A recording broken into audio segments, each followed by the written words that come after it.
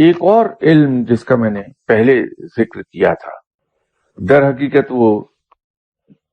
کائنات کو چلائے رکھنے کی کنجی ہے، یا یوں کہیے کہ کاروبار کائنات اسی محور پر کام کر رہا ہے، وہ ایکسس ہے کارخانے قدرت کا، وہ مقطعات ہیں، حروف مقطعات، اور اس کا علم کلی طور پر مکمل طور پر آپ صلی اللہ علیہ وسلم کو عطا کر دیا گیا تھا۔ اس سے پہلے یہ حروف مقطعات کا علم حضرت آدم علیہ السلام کو سکھایا گیا تھا ان کی تخلیق کے وقت، جس کا ذکر قرآن پاک میں بھی، جسے علم الاسماء کے نام سے پکارا گیا، وہ دراصل علم حروف مقطعات ہی تھا۔ یہ علم حروف مقطعات علم لدنی میں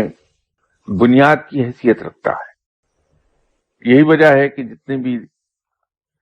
صاحبان علم گزرے ہیں ان سب کے پاس علم حروف مقطعات ہوتا ہے۔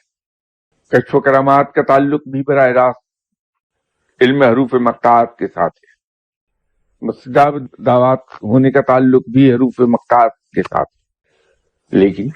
بنیادی چیز اس میں اللہ تعالیٰ کی رضا کی ہے۔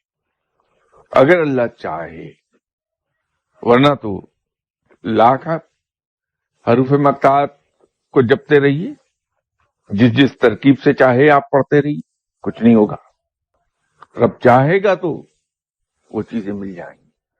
کہ اس کی وضاحت نہیں کی جا سکتی۔ اگر ہم لوگ محنت کرتے رہیں اور نیکی کو اپنا شیوا بنا لیں، اللہ تعالیٰ کی رحمت سے بھرپور امید ہے، بلکہ مجھے تو یقین واثق ہے اس کی رحمت کی وجہ سے کہ وہ اتنا مہربان اور رحم کرنے والا ہے، اور اس کی رحمتیں اتنی بے پایہ ہیں کہ ہماری ایک ذرا سی کوشش کے جواب میں وہ انعامات کے منہ کھول دیتا ہے۔ تو اگر ہم نیکی کی طرف چلتے رہیں تو انشاءاللہ تعالی اللہ ہم پر ضرور رحم فرمائے گا اور ہم پر رحمتیں کر دے گا، اور اللہ ہمیں علوم باطن سے نواز دے گا۔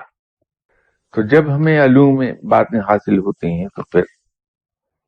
علم حروف مقطعات خود بخود عطا کر دیا جائے گا۔ جب وہ علم عطا ہوتا ہے تو انسان کی نظر آسمانوں تک جاتی ہے،